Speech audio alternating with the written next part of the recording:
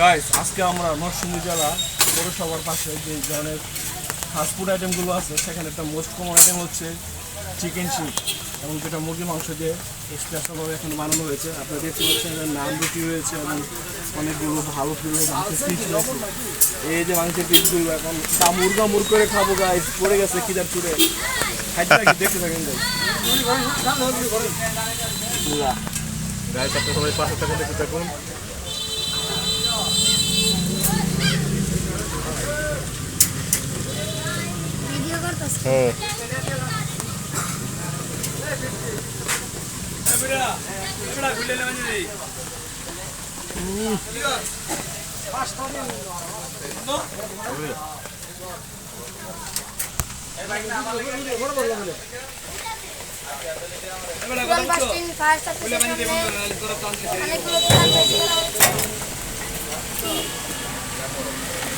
ভাই স্বাদ কেমন?